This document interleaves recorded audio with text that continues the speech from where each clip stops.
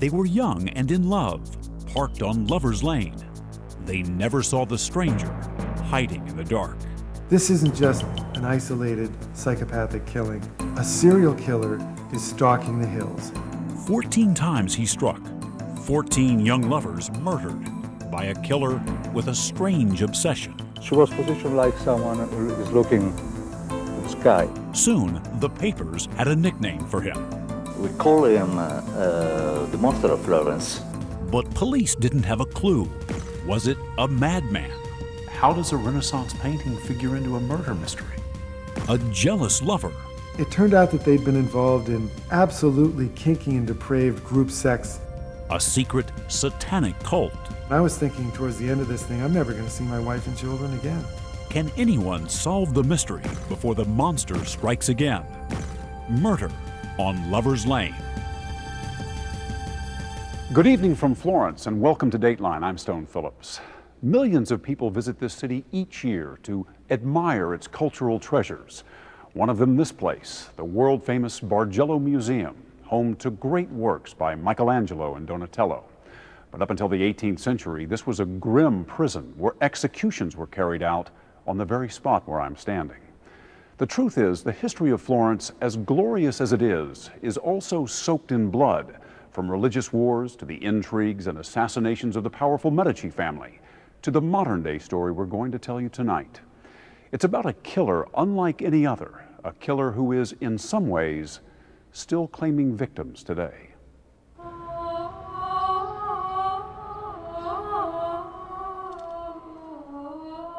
I'm a crime novelist. I write thrillers. And I've never encountered a story like this, either in fiction or in nonfiction. A psychopathic murderer of tremendous intelligence, of great abilities, and as cold-blooded as a human being could possibly be. It's really a story of tremendous evil. Italy has seen its share of murder over the centuries, but never like this. A case that's been going on for decades. A series of crimes so gruesome, so incomprehensible, seasoned investigators came to believe the devil himself was behind them. And an investigation like no other, in which the hunters became the hunted. I feel like I've fallen into one of my novels because now I'm under investigation. For best-selling author Douglas Preston, it all began innocently enough 6 years ago when he decided to write a novel set in Italy and, with his family, fulfill a long-time dream. We'll rent a villa in the country outside of Florence with olive trees and cypresses around us and overlooking a vineyard, and isn't it going to be wonderful? They made their home in the hills of Tuscany, a gorgeous place steeped in history. Just down the road was the villa of legendary explorer Amerigo Vespucci, after whom America is named. And right next door to Vespucci's villa, within sight of Preston's house, was another, much grimmer landmark. The scene of one of the most horrific killings in Italian history. A double murder, part of a string in which 14 young people were killed as they made love in cars on country lanes, an unholy amalgam of romance and violence. A lot of people would hear that there was a murder just up on that hill and be a little spooked by it. Maybe move, find another house. Well, I was a little spooked. Obviously, my landlord never said anything about it. But the thing is that it interested me. After all, he was a mystery writer. These murders had never been solved, and Preston soon learned the killer had a name. The Monster of Florence. Had you ever heard of it? I'd never heard of it. And I was really intrigued. The Monster of Florence. What a yoking together of two disparate words. You know, you think of Florence, this beautiful Renaissance city, the birth of civilization, and then the monster of Florence. I found that very intriguing. I had to know more about it. His research soon led him to a man named Mario Spezi, a well-known newspaper reporter in Florence. He's the local expert. Actually, at the paper, they called him the monstrologer. Because he knew so much about it. Because every killing, he covered it. That's right. The two men met and struck up an instant friendship. Soon they were discussing writing a book together about the case. But there was something else, too. I mean, I saw the obsession in Mario when I first met him. Obsession. It's a word that will come up again and again. But Spezi says it was pure chance that plunged him into the abyss. It was June 1981, a Sunday, when he got word of a double murder in the hills outside Florence. So this is a small street in countryside. It's very hard to find. It's about as lovely as you can imagine. Olive groves and wildflowers, with a panoramic view of the city below. A perfect place for young couples to park and make love, which is exactly what the victims had been doing. Spezi says the crime scene is still vivid in his mind 25 years later, a scene worthy of Hannibal Lecter. But this was real. And here's a warning. The details are graphic and disturbing. What I remember here was the car. The boy was at the drive seat, and it looked like someone who is sleeping. But the young man, 30 years old, was not sleeping in the driver's seat. He was dead with a bullet in his head. Spezi didn't see the second victim, a woman, until a police officer pointed across a dirt road. So he didn't want to go. He told you where she was. Well, yes, he wanted not to see again. And when he found her, Spezi understood why. She was positioned like someone who is looking to the sky, with the eyes open wide. She was on her back. Yeah. The woman, age 21, had also been shot to death, then dragged into a field of wildflowers, her gold necklace between her lips. It was almost as if she'd been posed. And there was something else, something ghastly. The killer had removed her Yes. sexual organs. All sexual region, yes. Had been cut away. Cut away. He took away. He took it with him. Yeah. The medical examiner's report was quite horrific. He said that the mutilation had been performed with 3 very swift, powerful, and expert cuts with a knife, probably a scuba knife. Why a scuba knife? Well, a scuba knife has peculiar notches in it, which most knives don't have.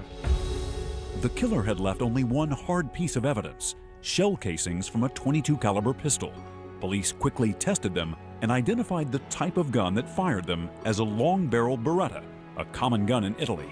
But this particular gun was different. The firing pin of this gun left an unmistakable mark because it had a defect in it that no other gun could leave. And so this became a very important clue. The next day's paper carried Mario Spezi's story on the murder, and another reporter thought it sounded familiar. He remembered a double murder in 1974, 7 years earlier. Also young lovers on a country road, but north of Florence, 30 miles away from the recent crime. The young woman had been shot, then stabbed tentatively with just the tip of the knife, dozens of times. A vine was inserted in her vagina. And on the ground, .22 caliber shells. Police, of course, read the story too. They immediately went back to the shells of that killing and found that in fact they were from the same gun. The same defective firing pin marked both sets of shells. It was very shocking because it suddenly told the city of Florence, this isn't just an isolated psychopathic killing. A serial killer is stalking the hills. And the killer was just getting started.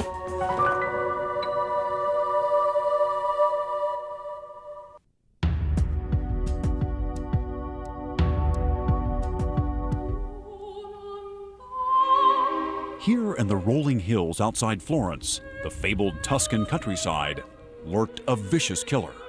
2 double murders 7 years apart, 4 young lovers dead, one of the women sexually mutilated. Mario Spezi, then a young newspaper reporter, wrote story after story about the case. He had heard of other famous serial killers dubbed monsters, and he began to use that term as well. We call him the Monster of Florence. Police desperately hunted the monster. In the process, they exposed some aspects of Italian life you don't read about in the tourist brochures. American author Doug Preston. Most people live with their parents until they're married, and so making love in parked cars is a national pastime. The beautiful hills surrounding Florence on Friday and Saturday night were full of cars parked where kids were making out and making love. All the lovemaking was an open secret among Florentines, but what police found next was not. Investigating the terrible murders along lovers' lanes like this one in the beautiful Tuscan countryside, police uncovered a subculture that many Florentines found disturbing. These hills were not only being stalked by a killer, they were also swarming with peeping toms. Police quickly zeroed in on one of these voyeurs. He lied to them at first. He lied about his movements that night. So they thought, well, we've got our man. They arrested him. But then, in October of 1981, with the suspect in jail, the monster struck. Once again, the victims were young lovers in their 20s, shot to death on a lover's lane in the countryside. Murders 5 and 6. The same Beretta 22 was the murder weapon. The young woman suffered the same post-mortem mutilation, performed with a notched knife. This murder set up a pattern that would repeat itself. Police arrested a suspect, and the killer, almost as if taunting them, killed again. And the police were humiliated and had to release him. The monster struck again 8 months later, in June of 1982, about 10 miles south of Florence. A young couple had parked just off a busy road. This time, the young man apparently spotted the killer. He saw the murderer coming. Yes, because he tried to start with the car, and the murderer, to stop him, shot the boy. The young man managed to back the car across the road, but his rear wheels got stuck in a ditch. The car wouldn't move. The monster shot the 2 headlights out, and then he fired a shot which struck the boy in the middle of the forehead. And then when he went across the street and got into the car, he shot the boy a second time. And he shot the girl. And he shot the girl when he got in the car. But with the car stuck beside a busy road, the monster apparently didn't feel he had enough time to perform his ritual mutilation of the woman. He fled, once again, leaving no clues to his identity. Murders 7 and 8. As the killings continued, the terror and paranoia ratcheted up. Florentines changed their daily routines. They never traveled alone, and they eyed each other suspiciously because the monster could be any one of them. At one point, a witness thought he had seen the killer. Police released a sketch. The result was chaos. There was a man who owned a pizzeria outside of Florence who looked just like him and was so harassed by his neighbors that he cut his throat. He committed suicide. There was a butcher who looked just like this fellow. A mob formed in front of his butcher shop, and the police had to come and disperse the mob. There was a taxi driver who looked like this fellow. The people would scream and jump out of the taxi. What the sketch did not provide was any solid leads. Then one day, police got an anonymous letter containing a newspaper clipping. About a double killing that took place in 1968. All the way back to 68. All the way back to 68. And scrawled on this clipping was a sentence, take another look at this crime. The spent shells from the 68 murder were still in the evidence room. Police tested them and were astonished to find that they matched the monster's gun. So the same gun, the same bullets were used in this 1968 killing. Yes, and it was also the same MO. A woman and a man who've been making love in a car who were killed in the act of making love. So was it the monster? This is what they immediately thought. It must be the monster. But the strangest thing was, this crime had been solved. The killer had been found. Or had he?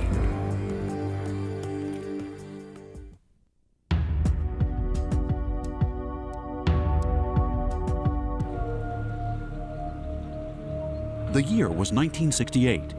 The crime, a double murder. The victims, a man and a woman making love in a parked car. The gun, the very same .22 caliber Beretta that the monster of Florence was using to terrorize the Tuscan countryside. Now, in their frantic hunt for the monster, police reopened what had seemed at the time like an open and shut case. The killer was the husband of the woman who was having an affair with somebody. The killer's name was Stefano Mele, and all during the 70s and early 80s when the monster killings took place, he was either in prison or a halfway house. There was no way this guy could be the monster. And yet somehow the same gun was used in the 68 killing and these monster killings. That's right. Exactly. How could the gun have passed from Stefano Mele to the monster of Florence? Italian reporter Mario Spezi got a clue when he managed to interview Mele at the halfway house where he was being held. This is very important. He said, they will kill again. They, not here. Who is they? And that's when Spezi realized that this man had not acted alone. He had had at least 2 accomplices. So many secrets buried in the Tuscan hills, and another was about to be unearthed. Police slowly realized that the 1968 murder was far more than the act of a jealous husband. It was actually a group of Sardinians who had settled in Tuscany, and it appeared to be a clan killing in which the husband was the fall guy. The group from the island of Sardinia was known to be insular and violent. Its leader, Salvatore Vinci, had a bizarre relationship with Stefano Mele and his wife. It turned out that they'd been involved in absolutely kinky and depraved group sex encounters where this woman was the center of attention. They called her the Queen Bee. And Preston claims Vinci was enraged when the Queen Bee, who had slept with all his Sardinian countrymen, started an affair with an outsider, a Sicilian. He was furious with her and he wanted revenge. Investigators came to believe that Salvatore Vinci ordered his group to murder the Queen Bee and her lover. So the police formulated a theory that the monster of Florence was one of these people who had got such a sick pleasure out of it, he just had to do it again and again and again. So the hunt for the monster focused on that circle of Sardinians with access to the gun. The new strategy even had a name. The Sardinian connection, or in Italian they called it the La Pista Sarda, the Sardinian track. In 1982, police arrested one of the Sardinians. They believed either he was the monster or knew who was. And in September of 1983, while he was in custody, The monster struck again.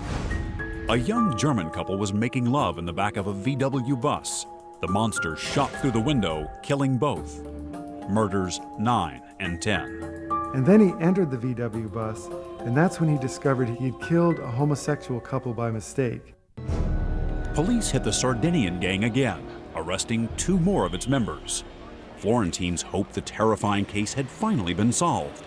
But then in July 1984 came the headline everyone dreaded: Il Mostro è tornato. The monster has returned.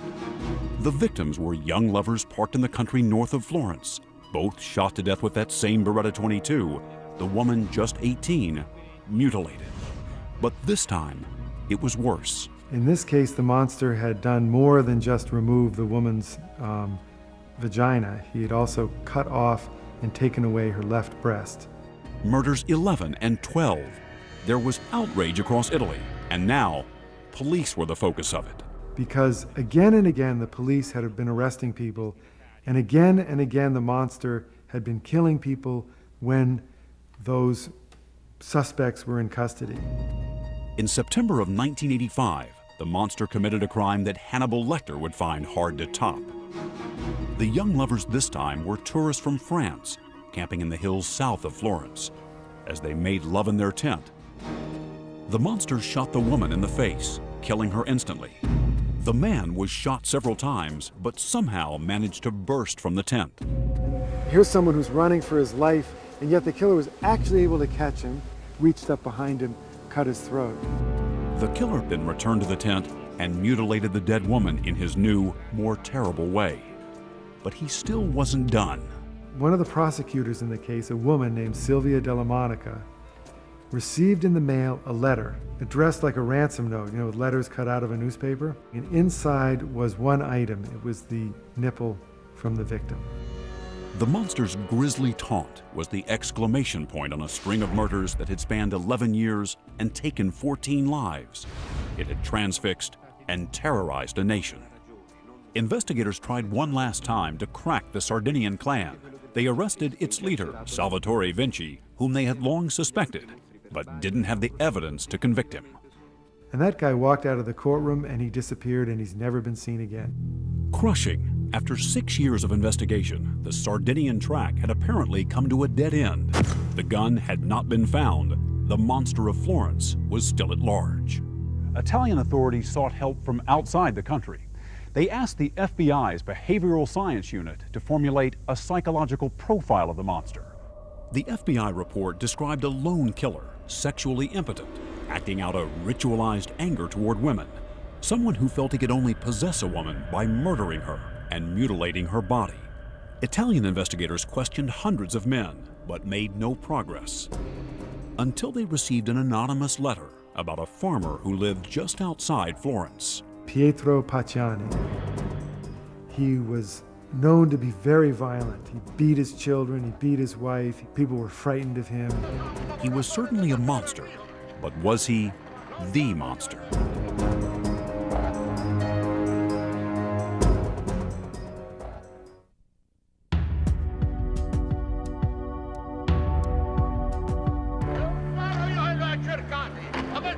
In November 1994, Pietro Pacciani, fingered by an anonymous tip, went on trial, accused of being Italy's most notorious serial killer. It had been almost 9 years since the murders had mysteriously stopped. Now, all of Italy was focused on one question. Was Pacciani the monster of Florence? He was a drunken peasant who, as a young man in 1951, had caught his fiancée being seduced by a traveling salesman. He had killed the traveling salesman, stomped his head in, and then raped his fiancée next to his body. And prosecutors claimed the murderous Pacciani had said something that seemed to link him to the monster killings decades later. When he saw his fiancée uncover her left breast, that's when he'd gone crazy. The left breast. Very important clue. Important because in his last 2 killings, the monster had cut off the left breast of his female victims. And why did the monster killings suddenly stop in the mid-1980s? Pacciani's history offered a sordid explanation for that, too. He had been in prison for raping his daughters. Police found another set of clues when they searched Pacciani's house. First, an erotic print of a woman, her breast exposed, with what looks like a flower between her lips. Second, a fine art print. They found a reproduction of that famous painting by Botticelli, the Primavera. The original hangs in Florence's Uffizi Gallery. On the right, you'll see a nymph being stalked by Hermie World. Look closer. Flowers and vines are sort of spilling out of her mouth. She's kind of vomiting flowers and vines. Remember the 1981 murder where the mutilated young woman was found in a field of wildflowers, her necklace draped across her lips? For the prosecutor, that image, plus the nude, plus the Botticelli, added up to evidence against Pacciani. Prosecutors argued he had staged the 81 crime scene to feed some strange obsession. How does a Renaissance painting figure into a murder mystery? Well, this is Italy, where history lives on in the present. And, the idea that a Renaissance painting is a clue to a modern crime is very sexy and appealing. Pacciani's trial, attended by families of the monster's young victims, was a media sensation. They had Pacciani's daughters testifying about how he had raped them. Testimony from the murder that he committed in 1951 was horrifying. I mean, all this was, just made Pacciani look like a monster. And when it was over? He was convicted, as you might expect. But Italian journalist Mario Spezi never believed Pacciani was the monster. For one thing, the gun and the knife that connected all the murders had never been found and never linked to Pacciani. What's more, Spezi had been to every crime scene, and he knew the killer had to be smart, fast, skillful, nothing like the dim, drunk, overweight Pacciani. Spezi also saw a glaring contradiction. Pacciani was a sex criminal, a convicted rapist. For the monster, mutilation seemed to take the place of sex. Was there any evidence that the killer had sexually assaulted the victim? Never. He never had sexual evidence, activity with the victims. victims. Never. Spezi had also seen that FBI profile of the monster and thought it just didn't match Pacciani at all. The profile said the killer was probably sexually dysfunctional. Pacciani was not. Probably lived alone or with an older relative. Pacciani had a wife and children and was probably in his 20s at the time of the first murder. Pacciani had been almost 50. From a theory of the Botticelli paintings and the way of working of FBI, I prefer FBI. In 1996, Pacciani's conviction was overturned and he was released. But then the monster case, already as intricate as the Duomo, got even more complicated. A new witness came forward to say that he was involved in the killings. He said, well, we were working for somebody else who needed body parts. Well, immediately the question arose, well, what was the purpose of the body parts? And the question was quickly answered: for satanic rituals, for black masses, for offerings to the devil. Incredible as it seems, even though the witness admitted he had never met the Satanists, even though there were signs he was mentally unstable, police jumped on the new theory that a satanic sect was behind the monster killings. In questa storia del Mostro di Firenze, In this story of the monster of Florence, there are elements that point to the theme of Satanism. Michele Giuteri, a tough-talking, cigar-chomping veteran of the Florence Police Department, says the evidence includes stone circles found not far from one crime scene. Inside one of these circles were found 2 roses and a wooden cross stuck upside down in the ground. This is clearly a satanic symbol. Giuteri also believes this oddly shaped stone, found at another crime scene, might have been left by Satanists. What do you think of this theory? It's completely crazy. It's completely crazy. Spezi developed his own very different theory, based on something he says he was told by a high-ranking member of the Carabinieri, the Italian federal police. They tell me to a journalist who is writing about the monster, they told this new story, very interesting. The Carabinieri had withdrawn from the case years before, reportedly outraged at the way it was being managed by local investigators. But obsession is obsession. They continued a secret investigation into the Sardinian connection to see if they could figure out who the monster of Florence was. The unofficial investigation had led to a suspect. He was the son of one of the Sardinians involved in the '68 murder, so he could have gotten hold of the gun, the key to the whole mystery. This is the real problem of the case of the monster of Florence. Who has the gun and how they got it? Yeah. Spezi interviewed people who knew the suspect. They told him the man was a crack shot and an expert with a knife. And he had lived in another part of Italy during the late '70s, that mysterious gap in the monster killings. Spezi began to compare the new suspect against the FBI profile of the monster and found key similarities. The FBI said the monster probably picked murder locations he knew well. Spezi found the suspect had lived near all the murder sites. The FBI said the monster probably was sexually dysfunctional. Spezi found out that at the height of the killing spree, the suspect had a marriage annulled for inability to conceive children, which Spezi believes was code for impotence. And remember the first monster killing in 1974 with those tentative stab wounds? The new suspect would have been just 15 at the time, perhaps still uncertain what his murderous ritual would be. While Inspector Giuteri chased Satanists, Spezi spent years looking closer and closer at the Carabinieri suspect. And by the time he met Preston in 2000, he had a convincing case. The more we looked at it, the more we eliminated other possible suspects, the more it seemed likely that he was the person, that he was the monster of Florence. They began to refer to him by a pseudonym, Carlo, and agreed he would be the focus of their book. They decided they had to talk to him.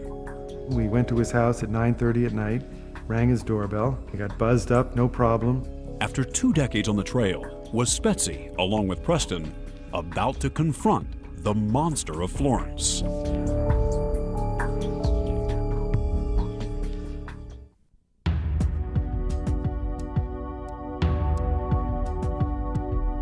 Returning to our story, a serial killer stalks young lovers in the hills of Tuscany and defies all attempts to catch him. An Italian reporter and an American writer are hunting the killer, but soon they will be hunted themselves. The monster of Florence murdered 14 young lovers, terrorized a city, and eluded capture for 30 years. Now, authors Mario Spezi and Douglas Preston had arrived unannounced at the home of Carlo, a truck driver they suspected might be Italy's most notorious serial killer. And he invited us in with great charm and welcome. He was a very charismatic individual with big rippling muscles and tattoos and scars on his body. And how old? Mid-40s. He seated us at his kitchen table. He offered us a glass of a special type of Sardinian liquor. He was a very intelligent man, and he joked with us. And we proceeded to ask him questions, very gently at first, general questions. And finally, the questions got more and more pointed.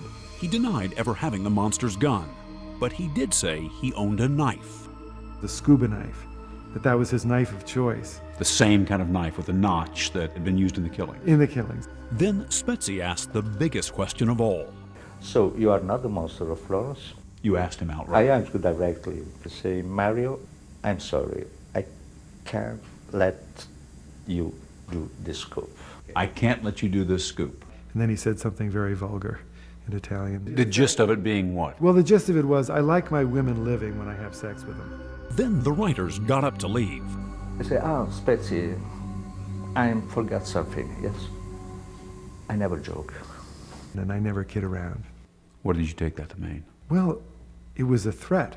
In Italian, it's even more of a threat than it is in English. As you left his home, after speaking to him, what did you think? Well, me and Doug, we were silent. We entered our car, and then almost in the same time, we say, it's him. If it was him, if Carlo was the monster, it was a stunning moment, and it would make a great ending to their book on the monster case. But another author was also at work on that other theory of the crimes. I believe I have done my duty, seriously and for many years. I wanted to make the recent developments official in my book, so that this story is not forgotten. Florence Police Inspector Michele Giuteri was writing his own book, and who could blame him? Books on the monster case are big sellers in Italy, and Giuteri thought he had compelling evidence that a satanic cult was behind the monster killings, like that oddly shaped stone found at one of the murder scenes. A uniquely shaped rock was found in the form of a truncated pyramid, to which the experts on Satanism granted importance. Florence was intrigued. Mario Spezi was amused. I called some friends of mine, and in an afternoon I found 7. 7 of these. Yes, it's a common object. And what was this strangely carved stone? It's an antique Tuscan doorstop. You can find them in antique stores all over Tuscany.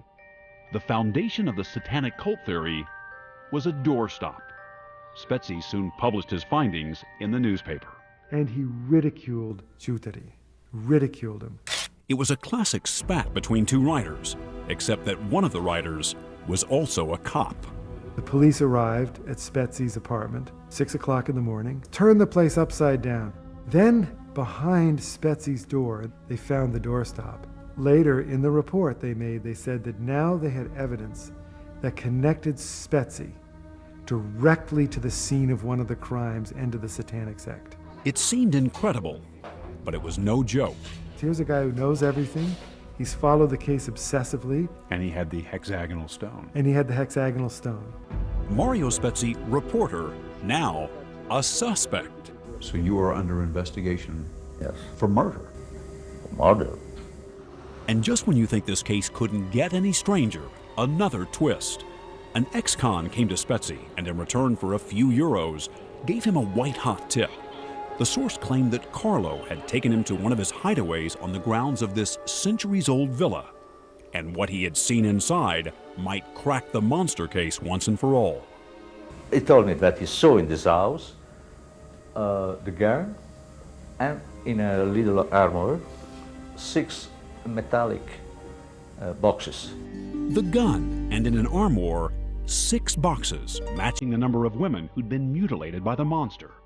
Tantalizing, and if true, proof that Carlo was the killer. Did you believe it? Well, yes. Well, Spezi just about had a heart attack, so he was telling me this, and I said, Mario, this sounds too good to be true. You know, it's a Renaissance villa. But Preston was intrigued enough that he asked Spezi to take him to the villa. And so Mario's thinking, finally, this is the place. Exactly. Preston says they didn't get a chance to investigate. We did a very quick little walk around, but it was pouring rain, and we didn't do anything else. We were there for no more than 10 to 15 minutes. They found no answers that day, just more trouble than they ever imagined possible. I was thinking towards the end of this thing, I'm never going to see my wife and children again.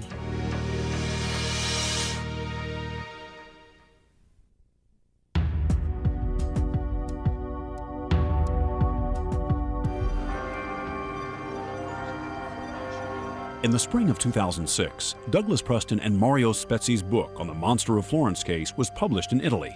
The authors described their lone suspect, whom they called by a pseudonym Carlo, and they ridiculed the work of Police Inspector Michele Giuteri, whose own book claimed a satanic cult was responsible for the murders. They spin these outrageous theories, satanic sex, body parts used in bizarre rituals, and then they start looking for the evidence to support the theory. Giudice claimed it was Spezi and Preston who were spinning a fairy tale.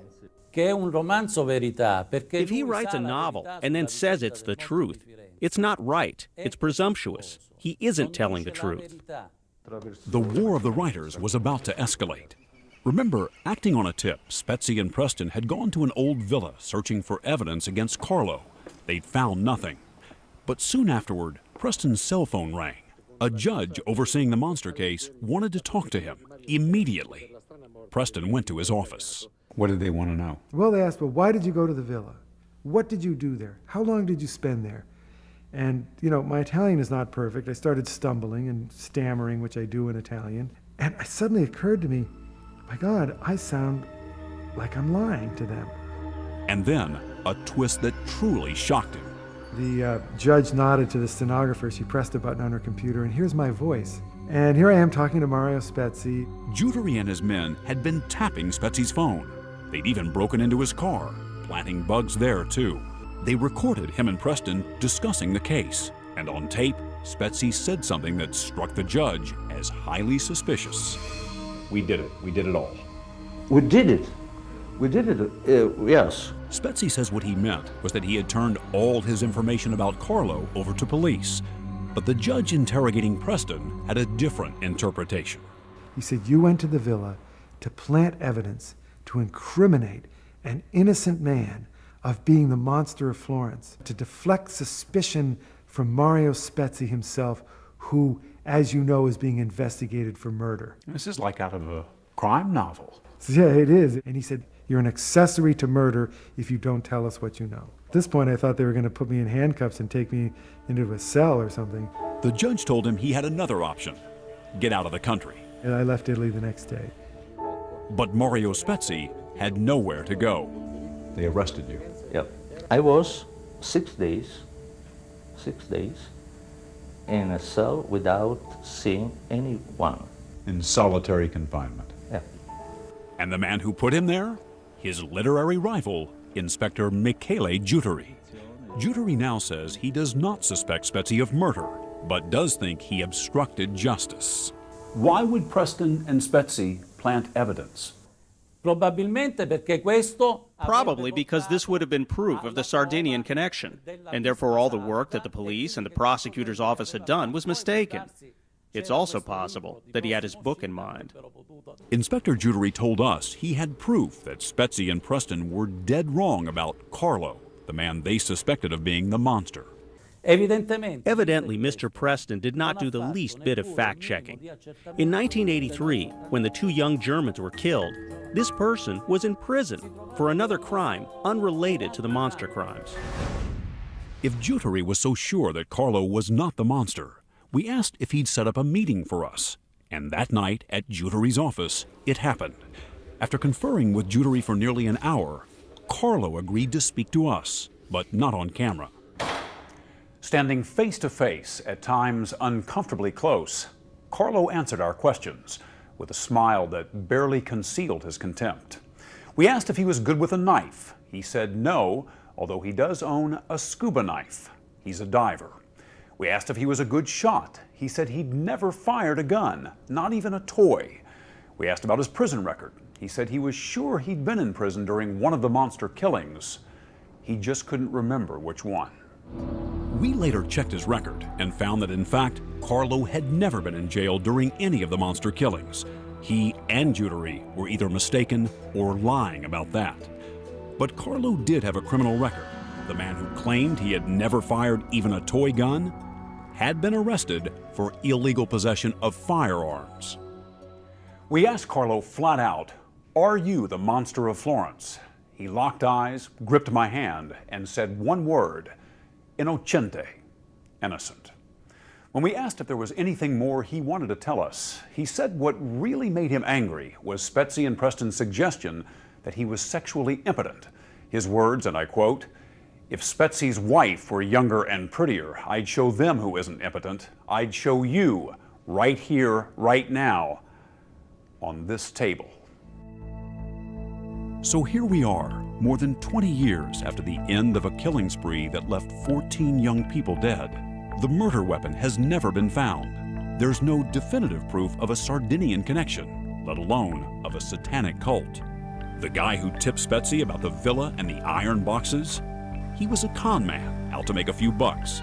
And the endless investigation has now turned into a monster itself, eating more of its own. The judge who interrogated Doug Preston is under investigation for abuse of his office. So is Inspector Jutery, who told us Carlo was in jail when he really wasn't. Jutery is also serving a suspended sentence for making false statements in an unrelated case. And Mario Spezi? A high court in Rome finally cleared him of criminal wrongdoing. He says the book about Carlo is the last thing he'll ever write on the monster case. Do you believe it? I believe. Do you believe he's the one? I can't prove, but I believe. Does it even matter anymore?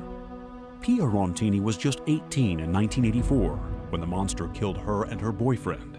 Pia's mother told us she stopped wondering who the monster is long ago. Knowing won't bring Pia back. But Doug Preston says he has to know. Why do people become obsessed? You just think you're so close. I think the next bit of information that I turn up is going to strike gold. It's going to illuminate the truth. The truth is lurking somewhere in the world. All we have to do is find it. The monster may never be caught, but according to one famous Florentine, he'll never escape either.